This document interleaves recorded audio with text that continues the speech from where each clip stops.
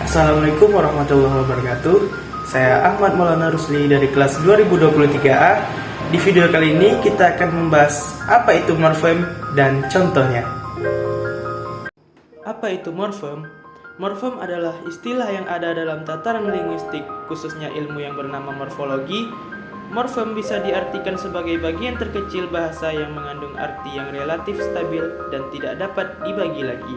Urutan satuan bahasa dari yang terkecil sampai yang besar dari morfem adalah: pertama ada morfem, kata, frasa, klausa, kalimat, dan paragraf.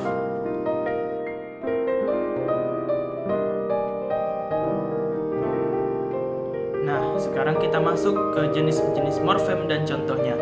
Berdasarkan bentuknya, ada dua, yaitu morfem bebas dan morfem terikat. Apa itu morfem bebas? Morfem yang secara potensial dapat berdiri sendiri dalam satuan bangun kalimat. Misalnya, saya, duduk, dan kursi. Morfem-morfem tersebut dapat berdiri sendiri tanpa harus digabung dengan morfem yang lain. Yang kedua yaitu ada morfem terikat. Morfem yang tidak bisa berdiri sendiri dan selalu terikat dengan morfem lain agar bisa berdiri sendiri dalam sebuah kalimat. Misalnya, ber, meng, kan menjadi berteduh, menganalisis, dan sebutkan.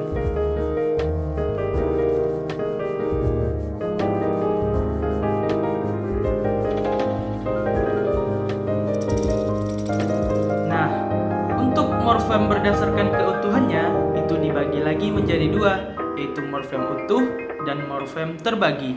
Apa itu morfem utuh? Morfem yang susunannya utuh dan tidak terbagi. Contohnya, lari, pergi, angkat, lantai. Morfem-morfem tersebut utuh susunannya dan tidak terbagi atau terpisah.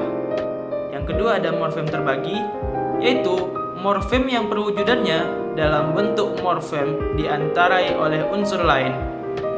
Misalnya, morfem ke, an, morfem tersebut bentuknya tidak utuh atau unsur-unsurnya terpisah. Di antara ke dan an ada unsur lain, misalnya unsur satu menjadi kesatuan. Jadi, ke dan an pada ke, an adalah satu morfem meski terpisah.